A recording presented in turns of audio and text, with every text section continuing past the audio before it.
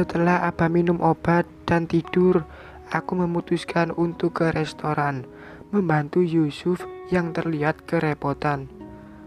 Alhamdulillah, restoran memang sedang ramai. Yusuf sampai harus menjadi pramusaji agar pelanggan tidak menunggu lama. "Ah, aku bantuin apa?" kataku yang dilihat sekilas oleh Yusuf. "Terserah kamu." Aku merengut mendengar jawaban dari Yusuf. Sepertinya dia amat sibuk. Akhirnya aku pun berinisiatif untuk mencuci piring saja. Melihat piring kotor yang menumpuk membuat tanganku terasa gatal. Ini siapa yang nyuci piring? Kenapa tidak langsung dilap basah tuh? Aku yang mendengar keributan langsung menghampiri ke sumber suara. "Aku yang nyuci, A. Itu belum sempat aku lap." Kalau gak paham, mending diem. Jadinya malah nambah pekerjaan. Dek, baru kali ini Yusuf berkata dengan nada tinggi padaku. Rasanya sakit dibentak oleh suami sendiri. Aku kembali ke dapur dengan wajah yang ditekuk. Tidak menyangka jika niat ingin meringankan beban malah menambah beban bagi Yusuf. Aku tidak mengambil hati ucapan Yusuf. Mungkin dia berucap demikian karena sedang lelah. Aku pun melanjutkan pekerjaanku dan kini piringnya langsung aku lap hingga kering. Saat semua cucian beres, aku melihat jam, ternyata sudah sore. Aku menyudahi membantu Yusuf dan berniat untuk memberikan apa makan. Aku menghampiri Yusuf yang sedang di meja kasir. "Apa? Boleh minta sup ayam gak? Buat Abah," kataku berbisik. "Boleh Rin, bentar aku ambilkan," tutur Yusuf segera pergi. Tuh kan, tadi dia hanya sedang lelah. Sekarang dia sudah kembali perhatian. Hatiku bersorak. "Rin, sup untuk Abah di mangkuk di meja dekat dapur. Kamu ambil sendiri ya. Aku harus kembali melayani pelanggan," tutur Yusuf langsung pergi membawa buku menu menemui pelanggan yang baru saja datang. Aku mengangguk dan pergi ke meja yang tadi disebutkan Yusuf. "Neng, tadi lihat Yusuf nyimpen sup gak?" tanyaku pada Neneng. Dia salah satu karyawan Yusuf. "Lihat, itu teh," Neneng menunjuk meja paling ujung. Aku melihat ada mangkuk di sana. Mungkin itu yang dimaksud Yusuf. Sup untuk apa? Ya Allah, liriku saat melihat isi dari mangkuk. Itu bukan sup baru, melainkan sisa. Supnya sudah dingin. Terdapat tulang ayam bekas makan juga di dalamnya. Yusuf tega memberikan sup sisa buat Abah. Keterlaluan dia. Dia menyuruh Abah buat tinggal di sini hanya untuk makan makanan sisa. Aku tidak terima. Aku meninggalkan sup sisa itu dan memilih pergi dari restoran. Lebih baik aku bawa Abah kembali ke rumahnya beserta dengan diriku sekalian. "Rin, kok gak dibawa supnya?" Aku mengusap mata yang berair dan berteriak tanpa menoleh ke belakang. "Aku tidak butuh." "Rin, kamu kenapa?" Menyadari perubahan sikapku, Yusuf langsung menyimpan nampan yang dia bawa lalu mencekal pergelangan tanganku. "Kamu pikir kamu hebat dengan memberikan sup sisa untuk Abah," kataku dengan dada naik turun. Yusuf mengerutkan kening dengan menatapku lekat. "Sup sisa? Tidak mungkin aku memberikan itu untuk Abah. Ayo ikut aku." Yusuf menarik tanganku sampai di depan meja tadi. "Ini yang kau katakan sup sisa," ujarnya membuka buku menu. Ternyata di bawahnya adalah mangkuk sup yang masih belum tersentuh. Jadi aku yang salah. Aku melihat mangkuk sup itu bergantian dengan mangkuk di sebelahnya. Mangkuk berisikan sup sisa yang aku kira Yusuf siapkan untuk Abah. "Kamu menuduhku memberikan sup sisa untuk Abah?" tanya Yusuf lagi. membuatku diam 1000 bahasa. Oh ya ampun, Arin. Yusuf mengusap wajahnya dengan kasar.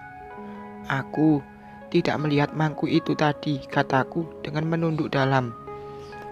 Jelas tidak akan terlihat karena kamu sudah berpikir buruk terlebih dahulu padaku, ujar Yusuf dengan menyimpan buku menu sedikit kasar. Aku sampai memejamkan mata karena kaget dengan suara kemarahan Yusuf. Ya, sepertinya pria itu memang marah padaku.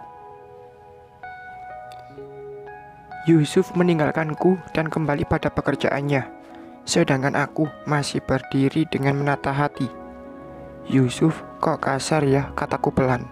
Selanjutnya, aku membawa sup ayam untuk diberikan pada Abah. Sepulang dari restoran, aku tidak banyak bicara.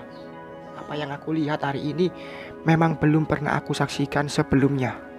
Aku kira Yusuf bukan tipe pria pemarah, tapi nyatanya dia pun sama saja, selalu mengedepankan amarah. Aku hidup dalam lingkungan banyak pria, dibesarkan oleh pria juga. Bukan hal baru bagiku melihat dan menyaksikan kemarahan kaum Adam. Namun beda lagi, jika amarah itu diberikan kepada kita. Ada yang sakit di dalam dada yang membuatku terus-menerus memikirkannya. Apalagi kata-kata kasar itu langsung diberikan padaku dari orang yang aku sayangi. Entahlah, mungkin aku yang sekarang jadi cengeng, atau karena ada hal yang lain yang membuatku jadi sangat lemah di depan suamiku itu. Setelah memberikan Abah makan, aku keluar dari rumah dan duduk di kursi kayu jati yang menghadap langsung ke restoran. Hari sudah semakin sore, para karyawan juga sudah mulai pulang. Dari dinding kaca, aku bisa melihat suamiku tengah membereskan dan mengelap meja. Ia masih bekerja di saat karyawannya sudah mulai beristirahat. Teh, saya pamit pulang, ujar juru masak restoran. Dia memang selalu menyimpan motornya di depan rumah. Aku mengangguk ramah. Jangan dimasukkan ke dalam hati ucapan Yusuf tadi. Karena lelah bekerja, dia kadang suka tidak bisa mengontrol emosi, ujarnya lagi, seraya menstarter motor sport miliknya. Benarkah? Teteh baru mengenalnya, jadi masih banyak yang belum Teteh tahu tentangnya. Oh iya, sepertinya Yusuf belum makan sedari pagi. Pria pun membutuhkan perhatian, tidak melulu harus memberikan perhatian. Motor sport itu mulai melaju meninggalkan halaman rumah dan akhirnya hilang dari pandangan. Aku masih bergeming dengan terus memikirkan ucapan Derry. Apa itu artinya? Aku kurang perhatian sama suamiku sendiri. Aku bangkit dari dudukku, berjalan menerobos gerimis untuk sampai ke restoran.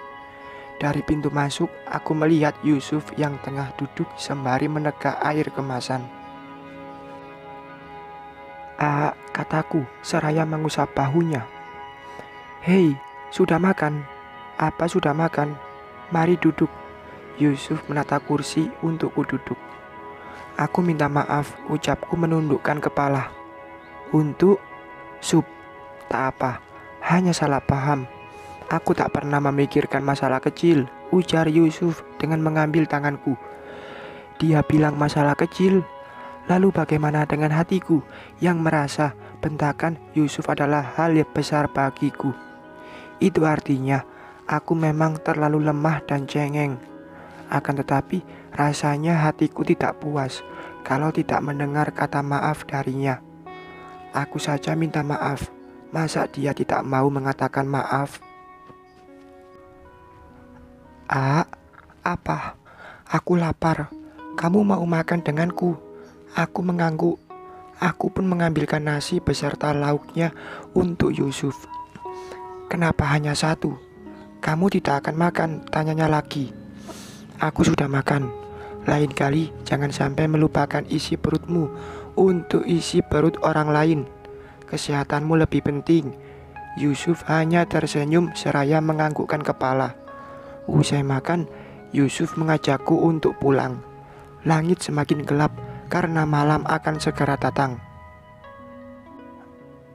Aku tidak mengajaknya bicara, sengaja diam agar dia tahu kalau dia telah melupakan sesuatu.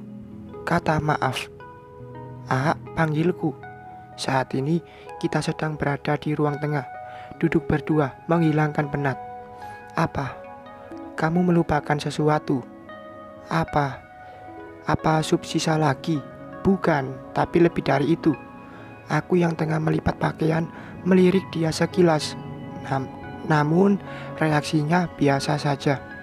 Wajahnya datar dengan pandangan lurus pada televisi. Panggilku lagi dengan sedikit keras. Apa, Rin? Kamu lupa kejadian tadi di dapur restoran? Kini Yusuf melihatku. Kejadian sup tadi. Bukan. Lalu apa?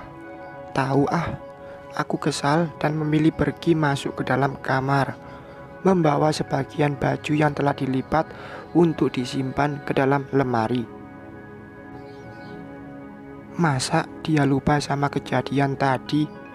Kamu tuh sudah bicara kasar padaku, dan kamu tidak minta maaf. Aku berbicara sendiri seraya memasukkan pakaian.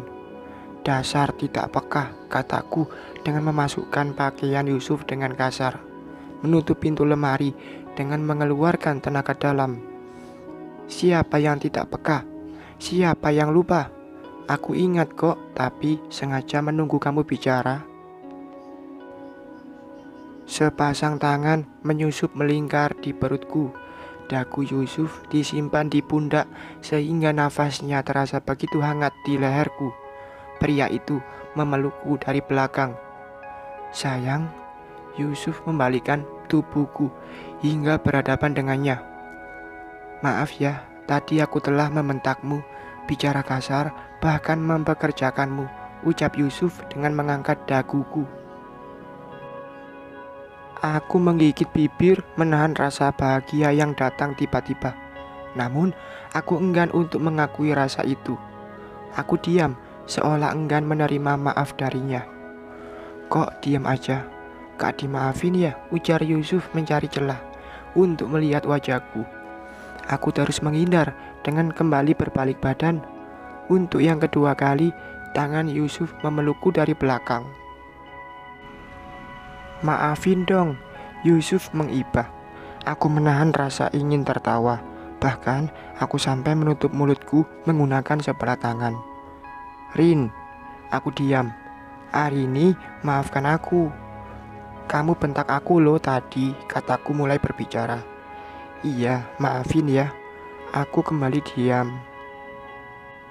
Rasanya aku ingin menghentikan waktu untuk sejenak. Biarkan aku merasakan pelukan hangat suamiku lebih lama lagi.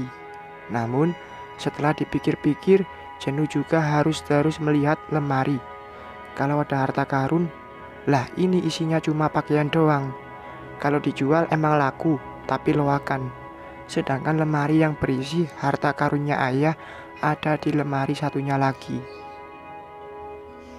Iya, aku maafin, kataku membalikkan badan.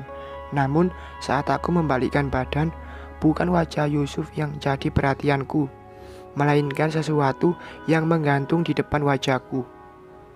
Untukmu, ujar Yusuf seraya mendekatkan liontin berbentuk hati hingga menyentuh hidungku.